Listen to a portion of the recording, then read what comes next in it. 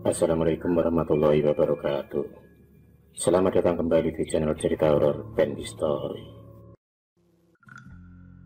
Mungkin ini adalah peristiwa yang sangat langka. Pasalnya pelaku pesugihan model ini bisa memanfaatkan janin bayi dari seorang gadis yang masih perawan. Konon janin bayi tersebut adalah tumbal awal dari perjanjian dalam penarikan harta gaib. Meski sudah sering diingatkan tentang akibatnya jika menjalani pesugihan, namun para pelaku sepertinya sudah buta mata dan buta mata batinnya. Memang benar, yang sering dikatakan banyak orang, bahwa apapun bentuk dan tujuannya bersekutu dengan makhluk halus akan banyak ruginya daripada untungnya. Banyak faktor menjadi penyebab penekatan seseorang melakukan persekutuan dengan makhluk halus dan upaya memperkaya diri secara instan. Padahal nyata-nyata telah dimengerti jika hal itu dikutuk oleh agama apapun. Alasan yang mereka kemukakan terkesan klise, yaitu terhimpit faktor ekonomi. Di samping itu, mereka juga merasa iri dengan keberadaan masyarakat di sekitarnya yang hidup bergelimang harta.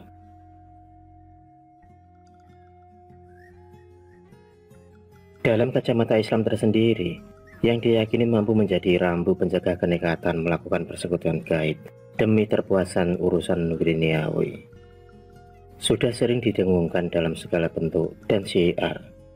Akan tetapi kenyataannya justru hal tersebut banyak dipalingkan oleh sebagian orang. Kadang juga dijadikan topeng semata agar bisa menutupi perbuatan kotor tersebut.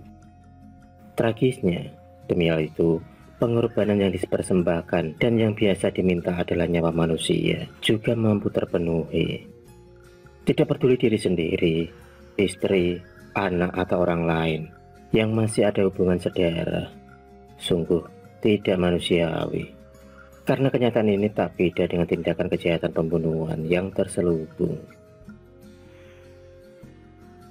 Sayang, untuk mengungkap pembuktiannya susah didapat. Pasalnya modus kejahatan yang terjadi dalam bungkus alam tidak kasat mata. Pembuktian secara hukum sangatlah lemah.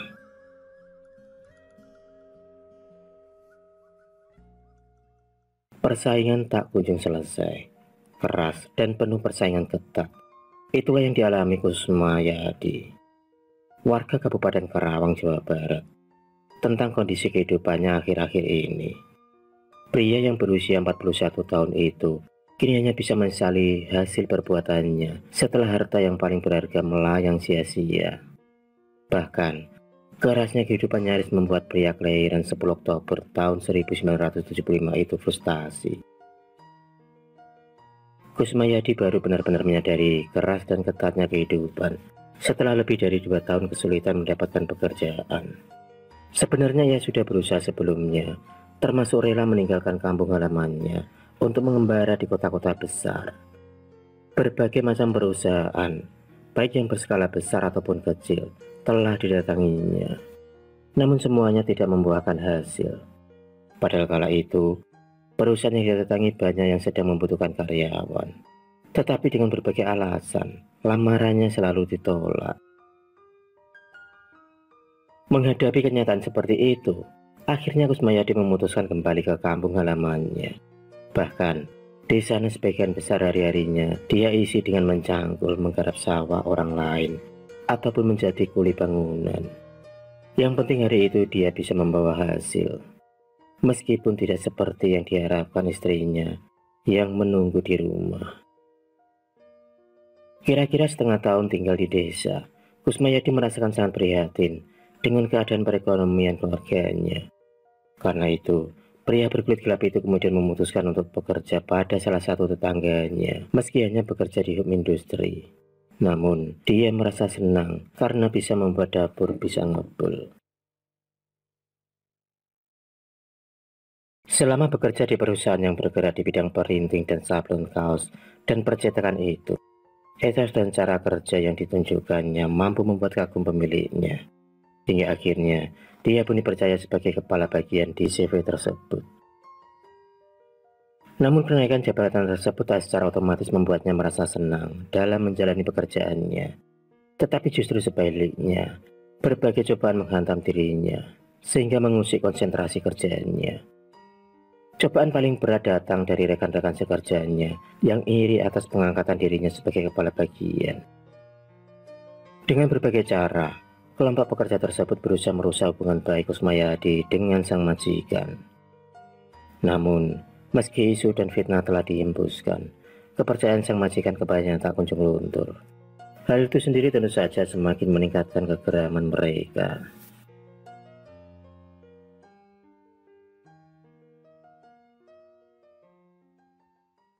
Hingga akhirnya di antara mereka ada yang menggunakan cara-cara mistik. Hal itu baru disadarinya setelah Kusmayadi menemukan berbagai macam benda aneh seperti paku, silet, beling, boneka kecil hingga kendi air yang diisi garam dan tombok tergeletak di depan pintu rumahnya. Untungnya serangan-serangan gaib tersebut tak sampai mencelakai Kusmayadi dan Sophia istrinya. Menyadari persaingan semakin tak sehat, pria berwatak kalem itu mencoba mengajak berdamai para pekerja yang tak senang padanya.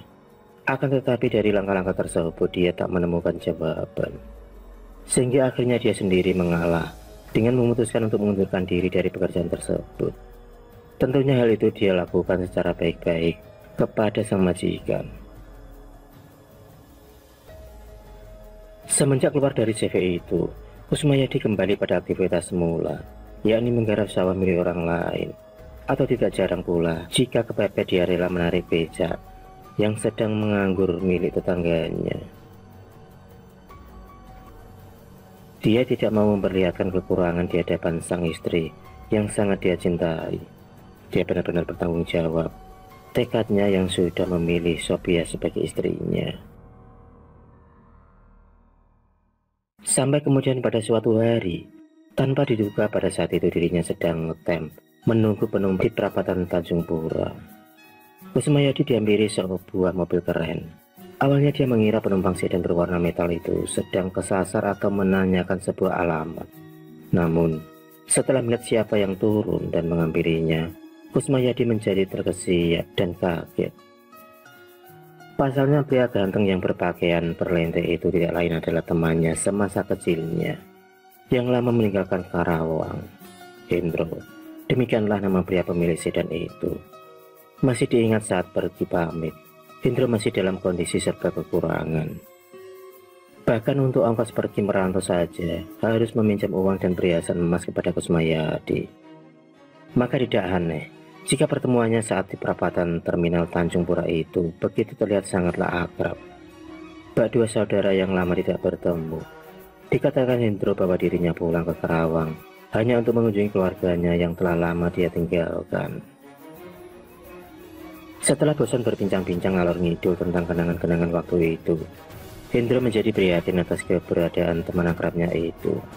Meski awalnya agak berat untuk mengungkapkan, tetapi akhirnya dia memberanikan diri untuk mengajak Kusmayadi keluar dari kemiskinan. Dirinya kemudian begitu prihatin menyaksikan kondisi temannya yang terpuruk itu. Awalnya Kusmayadi sedikit risih ketika Hendro cerita jika keberhasilannya itu adalah hasil kerjanya yang dibantu oleh seorang paranormal. Dikatakan Hendro bahwa keberhasilannya itu hanya bermodalkan mencari seorang gadis perawan, tetapi sudah hamil di luar nikah. Ditambahkan janin bayi dari perut gadis perawan itulah yang akan menghasilkan banyak uang. Dan Kusmayadi hanya cukup memberi sumbangan tali kasih kepada gadis itu dengan nilai nominal sekitar 5 juta rupiah. Mendengar nilai yang disebutkan, Kusmayadi sampai tersentak batinnya berkutat. Jangankan uang jutaan, buat makan sehari-hari saja sulitnya minta ampun. Mendapat tawaran demikian, Kusmayadi tak langsung memberikan jawaban. Dirinya memilih mempertimbangkan lebih dulu. Hal itu ia lakukan karena memang sebelumnya dia termasuk orang yang anti dengan hal-hal yang berbau mistik. Soal uang pikirnya bisa saja dia pinjam kepada seseorang atau kepada Hendro. Toh sebelum dia sukses, dia juga yang pernah membantunya. Setelah berpikir keras, akhirnya Kusmayadi memutuskan untuk membicarakannya terlebih dahulu dengan istrinya. Jika memang hal itu jalan satu-satunya, mungkin saja dia bisa menghubungi Hendro kembali. Kusmayadi sebenarnya cukup tegar menghadapi hidupnya yang serba pas-pasan. Sebagai manusia biasa, dia memang mengharapkan hidup yang lebih baik dalam segi ekonomi. Namun dia masih bisa berpikiran sehat dengan tidak melakukan cara-cara konyol dan sesat. Kusmayadi lebih sering memilih berusaha tak kenal lelah dengan memanfaatkan kemampuan dirinya. Jika akhirnya dia menjadi pelaku pesugihan, itu lebih dikarenakan istrinya yang tak siap mental menghadapi keadaan tersebut. Tetapi sesungguhnya istrinya adalah wanita yang berbaik hati. Hanya saja ia yang berasal dari keluarga yang bergelimang harta, tak biasa hidup dalam kemiskinan. Apalagi dia sendiri yang dulu ngotot memilihnya menjadi istrinya, meski ditentang mati-matian oleh kedua orang tuanya dan saudara-saudaranya. Hari pun berganti. Kondisi mental istrinya kian parah. Meski tak pernah berani marah kepada Kusmayadi, namun hampir setiap hari ia mengeluhkan kondisi hidup mereka. Kusmayadi sendiri sebenarnya cukup bisa memaklumi sikapnya. Dalam hati kecilnya, dia juga ingin membahagiakan dari sisi materi. Tapi apa mau dikata, kondisi mental istrinya benar-benar parah. Hingga pada suatu malam, ketika Kusmayadi menceritakan tentang pertemuannya dengan Hendro, teman semasa kecilnya itu akan membantu mengangkat derajat hidupnya agar keluar dari kemiskinan. Istrinya langsung menanggapinya dengan serius. Bahkan tanpa diduga, istrinya mencetuskan usulan gila yang tidak pernah dibayangkan sebelumnya. Dengan sangat hati-hati, sang istri meminta suaminya untuk meminta tawaran temannya itu untuk mencari kekayaan lewat jalur pesugihan. Yang membuat Kusmayadi terheran-heran manakala istrinya memutuskan sendiri untuk pergi ke Jawa Tengah jika Kusmayadi tidak menyetujuinya. Dan yang membuat Kusmayadi semakin salah sikap adalah istrinya terus merengek agar suaminya bersedia memenuhi keinginannya itu. Resiko yang dijelaskan jika menjalani pesugihan itu juga tak cukup ampuh untuk meredam keinginannya. Bahkan ia mengatakan bersedia jika harus menjadi tumpal dari pesugihan tersebut. Hingga 2 minggu berselang, Kusmayadi masih mampu bertahan untuk tidak menyetujui gagasan istrinya. Tentunya dengan alasan bahwa Hendro belum menghubungi dirinya. Akan tetapi ketika istrinya akan ke Jawa Tengah bersama Hendro, Kusmayadi pun tak berdaya menghindari lagi. Bagaimanapun dia masih menyayanginya. Dia tidak tega jika istrinya berbuat yang tidak-tidak. Hingga pada suatu hari, setelah Kusmayadi memanggil Hendro dan menyetujui tawaran temannya itu, selepas maghrib, mereka pun berkumpul di rumah Kusmayadi. Namun kali ini Hendro datang tidak sendiri, tetapi membawa pula seorang laki-laki yang usianya lebih tua darinya. Pria berwajah dingin itu memperkenalkan dirinya dengan nama Pak Kuku. Kusmayadi tidak begitu tahu jelas apa maksud Hendro membawa laki-laki yang dikenalnya itu dalam perjalanan mereka. Kusmayadi dan istrinya pun tak mau tahu urusan orang tersebut. Yang jelas, begitu semua persyaratan ritual dan perlengkapan segala kebutuhan selama perjalanan telah dipersiapkan, keempatnya pun berangkat menuju ke Jawa Tengah. Usai menempuh perjalanan selama hampir 1 malam, sedan mewah yang disetiri Hendro dan Aplusan dengan Kusmayadi pun akhirnya sampai di Jawa Tengah. Namun, mereka tidak langsung menuju ke lokasi yang dituju, melainkan istirahat di sebuah rumah makan di pinggiran kota Boyolali. Setelah merasa cukup istirahat dan perut telah terisi, perjalanan pun dilanjutkan kembali. Kali ini, arah yang dituju adalah kota Grobogan. Sekitar 1 jam perjalanan, kendaraan mereka mulai memasuki kawasan hutan di atas perbukitan yang ditumbuhi pepohonan jati. Tak lama kemudian, dengan disambut suara kicauan burung hutan, mobil mereka kemudian mengarah pada sebidang tanah yang luas, di mana pada salah satu sudutnya berdiri rumah berbahan kayu jati. Begitu kendaraan berhenti di pekarangan rumah itu, seorang laki-laki keluar memberikan salam dan mempersilahkan mereka masuk ke dalam rumah tersebut.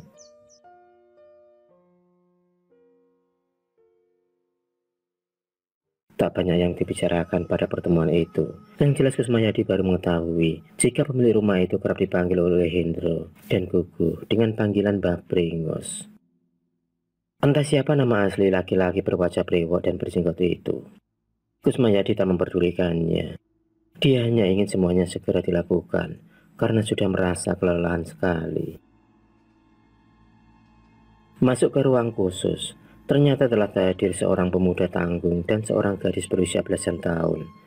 Setelah diterangkan dengan jelas-jelasnya, Kusmayadi dan istrinya pun baru paham jika gadis yang masih berstatus pelajar tersebut bernama Sriatin adalah korban yang akan memberikan janin bayinya. Sedangkan si pria adalah bapak biologis bayi 6 bulan yang dikandung oleh siswi tersebut. Mereka berniat melakukan hal itu tidak lain karena selain merasa malu oleh teman-teman sekolahnya, juga tergiur oleh uang santunan dari pelaku pesugihan yang sangat besar nominalnya. Selain itu, hubungan mereka pun tidak pernah oleh orang tua si pria, karena mereka masih di kelas 2 SMA. Setelah semua dirasa cukup siap, sekitar tengah malam, mereka pun mulai menggelar ritual. Diawali dengan membakar dupa, kemudian menyiapkan segala persyaratan ritual, dengan menyiapkan bunga kandil, bunga melati, minyak serimpi, minyak mistik, binatang yuyu, kendi yang telah dicampur kembang telon, kain kafan 1 meter, bantal, dan guling kecil. Ada pula kapas, tusuk jarum, 3 buah dadu, dan benang antri berwarna merah, serta beberapa lembar uang ratusan ribu. Konon katanya uang tersebut adalah pemancing bagi si pelaku pesugihan untuk mendapatkan uang yang lebih banyak jika nantinya si pelaku berhasil melakukan ritual pemindahan janin bayi ke alam gaib. Mbak Bringus dengan sabar mengarahkan Sriatin agar duduk bersemedi dengan alas kain kafan. Tak jauh dari sebuah ranjang kecil berkelambu kumal. Sementara Gugu, Hendro, dan Kusmayadi hanya diperbolehkan mengawasinya dari tempat yang agak jauh. Selanjutnya Mbak Bringus yang duduk di hadapan Sriatin tampak komat kamit membaca mantra untuk menggontak penghuni gaib hutan bukit tersebut. Sementara itu anehnya Kusmayadi yang tidak mengerti dengan apa yang dibaca oleh Mbak Bringus. Dia lebih memilih membaca surah Al-Fatihah dan ayat-ayat lainnya demi mengusir rasa takutnya yang menjalar malam itu. Akan tetapi apa yang dilakukan Kusmayadi ternyata diketahui oleh Mbak Bringus. Itulah sebabnya dia diusir dari ruangan khusus tersebut, meninggalkan istrinya yang duduk semedi tak jauh dari Sriatin. Hampir setengah jam berselang, mulai terjadi perubahan di sekitar tempat mereka melakukan ritual pengambilan janin bayi. Mula-mula, angin berhembus lembut sehingga membuat Sophia yang duduk bersemedi menjadi ngantuk. Namun tak lama kemudian, ia menjadi tersentak manakala angin berganti menjadi kencang. Dan hampir bersamaan tanpa sosok bayangan hitam pekat mirip bocah bertelanjang muncul di atas ranjang kecil.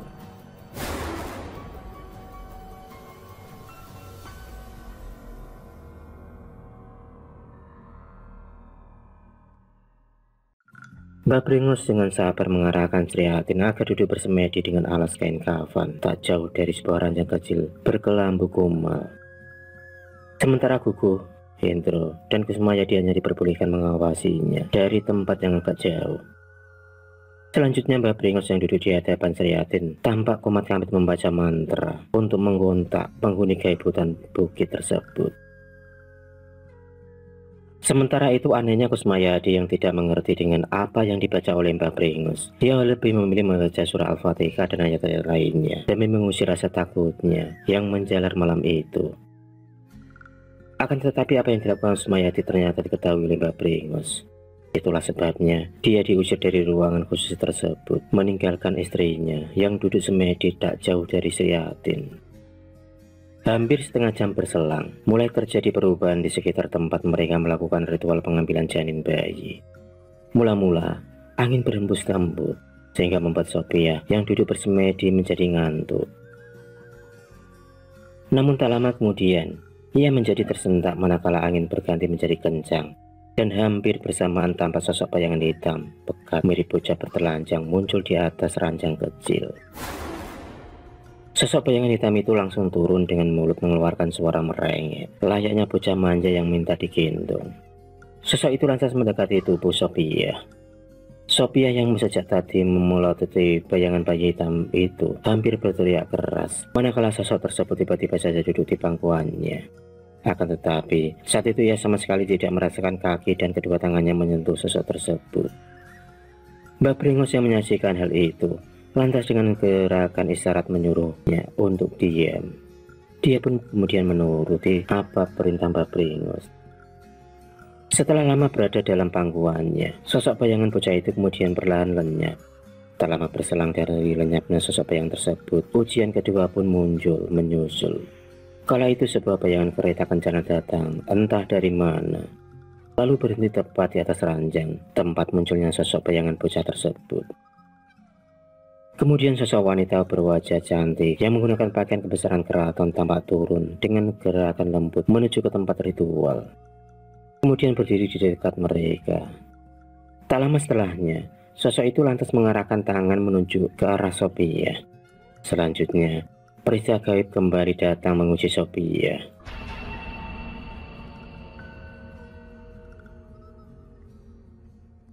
Secara tiba-tiba, angin yang bermula kencang kemudian sedikit demi sedikit mereda. Akan tetapi kali ini muncul gulungan asap putih dari atas langit-langit kamar. Dari asap putih itu kemudian keluar sosok tinggi besar. Penampilannya menyiratkan wibawa yang amat kuat. Sosok tersebut terlihat membawa beberapa tumpukan uang dalam jumlah yang sangat banyak. Anehnya, kemunculan sosok tersebut hanya terlihat oleh Sophia. Sedangkan Mbak Pringos, Sriatin, serta buku tak melihat apa-apa. Selain kemarannya ruangan tersebut, menyadari bahwa kejadian itu sebagai peristiwa gaib yang tak diketahui orang lain. Maka Mbak Pringos menyarankan Sophia untuk berkomunikasi dengan sosok tersebut. Meski masih dilanda kebingungan, Sophia akhirnya mengikuti saran tersebut. Dia pun berjalan perlahan menghampiri sosok gaib tersebut. Hasil dari perbincangan lintas dimensi itu, Sophia mengetahui bahwa sosok di hadapannya adalah sosok pengawal alam gaib yang bertugas sebagai pembawa harta pesugihan. Seorang kepercayaan Nyai Ratu Lanjar, sang penguasa pantai utara Jawa. Merasa prosesi ritual diterima oleh para penghuni alam gaib tersebut, sosok-sosok tersebut akhirnya menghilang secara tiba-tiba. Hingga beberapa saat kemudian, Sophia hanya terpaku dan terdiam di tempatnya. Ia seakan tak percaya terhadap apa yang telah ia alami. Ternyata melakukan ritual prosesi pesugihan itu tidak sesulit yang dibayangkan. Hanya dibutuhkan mental saja. Demikian batin Sophia setelah melihat situasi ruangan tersebut kembali hening seperti sedia kala. Akan tetapi tidak demikian dengan Sriatin. Petaka itu segera menyiksanya. Tiba-tiba Sriatin merasakan tidak enak pada perutnya. Bukan rasa nyeri hendak buang hajat, tetapi rasa nyeri seperti hendak melahirkan. Karena itu, ia pun segera memanggil Mbak Pringos yang masih duduk semedi di hadapannya. Namun aneh bin ajaib, belum sempat Mbak Pringos berdiri hendak membantunya, Sriatin merasakan jika perutnya saat itu juga terasa kempis seperti layaknya gadis yang tidak sedang hamil. Mengetahui perutnya yang sudah mengempes, ia pun memastikan hilang tidaknya bayi yang dikandungnya. Kemudian Mbak Pringos langsung memanggil seseorang dari balik kamar. Wanita parubaya yang dipanggil Mbok Jumi itu ternyata seorang dukun beranak kampung setempat yang biasa bertugas mengecek kehamilan si pasien.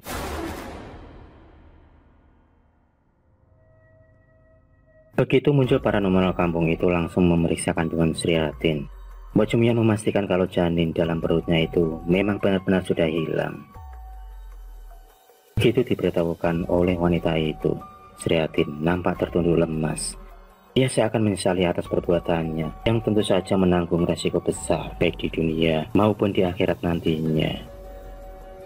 Akan tetapi ketika bayangan uang yang akan dia dapatkan begitu menggiurkan, bayangan kengerian mendadak hilang.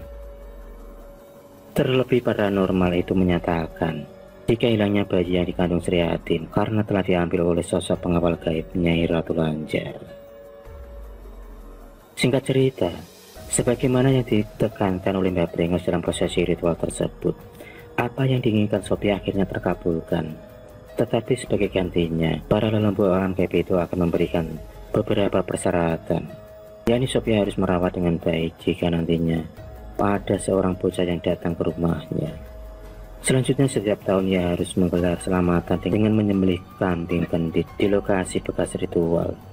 Dan yang terakhir, Sophia diharuskan bersedia menyusui sosok bocah tersebut setiap kali muncul di rumahnya. Sebuah syarat yang sangat mengerikan di mata Kusmayadi jika itu benar-benar terjadi. Namun karena sejak semula istrinya telah menyatakan kesediaannya melakukan persekutuan tersebut, maka akhirnya dia pun hanya pasrah saja. Dan sejak saat itulah keduanya mulai terikat perjanjian gaib. Setelah merampungkan ritual perjanjian, mereka pun bergegas pulang. Seminggu kemudian, hasil dari perjanjian gaib itu mulai dapat dilihat oleh mereka. Di malam Jumat pertama, sejak kehadiran sosok bayangan bocah hitam dalam keluarganya, Kusmayadi dan Sophia dikejutkan dengan penemuan sebuah uang ratusan ribu di dalam laci meja warung kelontongnya. Sebagaimana isi perjanjian tersebut, warung kelontong dadakan itu adalah warung kiasan yang wajib disediakan pelaku sepulang dari ritual. Selain itu, juga bisa diartikan sebagai pengalih perhatian para tetangga jika mereka adalah penganut pesugihan. Dan di minggu-minggu berikutnya, pendapatannya kian melimpah. Hingga dalam 1 bulan pertama, total uang gaibnya yang sudah mencapai ratusan juta rupiah. Melihat tumpukan uang sebanyak tersebut, Sophia sangat bahagia. Dari hasil tersebut, pertama-tama yang dibelinya adalah perabot rumah tangga yang sangat mewah serta berbagai macam perhiasan. Dan waktu-waktu berikutnya, gantian kebutuhan lain yang dibeli, seperti sebidang tanah di luar kota. Hanya saja, meski sudah berjalan 1 tahun, Kusmayadi tidak berani untuk membangun rumah baru, atau membeli kendaraan baru, atau memberi kendaraan model baru. Untuk warawiri mereka cukup mengendari mobil yang dibelinya setengah pakai saja. Itu semata-mata untuk menjaga agar para tetangganya tidak curiga jika kalau sampai bisa membangun rumah. Jadi kalau sampai bisa membangun rumah, apalagi mewah, para tetangga pasti langsung kasak kusuk. Wajar saja jika Sophia begitu menikmati hasil tersebut, sebab selama itu dialah yang harus rela untuk menyusui sosok bocah siluman tersebut setiap kali hadir di antara mereka. Itu sudah menjadi perjanjian gaib mereka dengan makhluk halus mirip tuyul tersebut.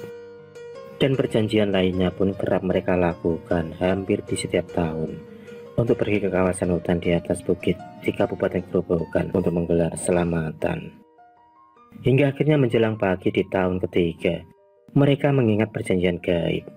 Kusmayadi menemukan istrinya terkulai lemas di atas kursi goyang dalam kondisi tubuh sangat mengenaskan. Tubuhnya tampak mengering dan keriput, sementara nafasnya tersengal-sengal sangat lemah. Khawatir terjadi apa-apa, Kusmayadi membawanya ke rumah sakit. Namun baru saja sampai di sana, sebelum sempat mendapatkan perawatan dokter, nyawa sang istri tak tertolong lagi. Ia mengembuskan nafas terakhirnya saat dibawa ke ruang ICU. Seketika Kusmayadi pun menjerit histeris, menyesali segala perbuatannya dengan membantu istrinya melakukan persekongkolan dengan makhluk halus. Bahkan, di saat pemandian jenazah, sebenarnya banyak pihak keluarga yang menanyakan kematian mendadak Sophia, terlebih setelah melihat tubuhnya yang keriput. Namun sejauh itu Kusmayadi hanya mengatakan bila dirinya tidak mengetahui penyebabnya, terlebih jika istrinya mengidap penyakit gawat. Beberapa hari berselang kemudian, barulah Kusmayadi mendapatkan jawaban atas misteri kematian tersebut. Menurut paranormal yang dulu mengantarkan mereka ke Grobogan, kematian Sophia adalah akibat istrinya yang terlalu lama menyusui sosok bocah siluman yang mereka pelihara. Sebab katanya sejatinya yang dihisap bocah siluman itu bukanlah air susu, melainkan darah Sophia. Akibatnya lambat laun tubuh Sophia menjadi kering karena kehabisan banyak darah. Kini Kusmayadi hidup sendiri di usianya yang lebih dari 50 tahun.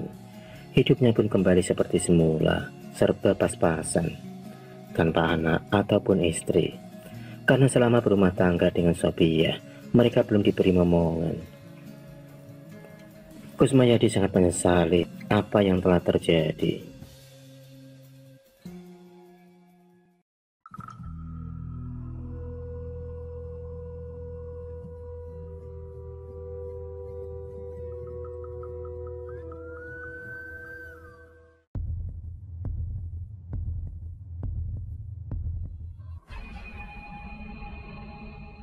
Terima kasih sudah menonton video cerita bergambar ini. klik subscribe untuk terus berlangganan video-video cerita bergambar selanjutnya. Semangat berkarya.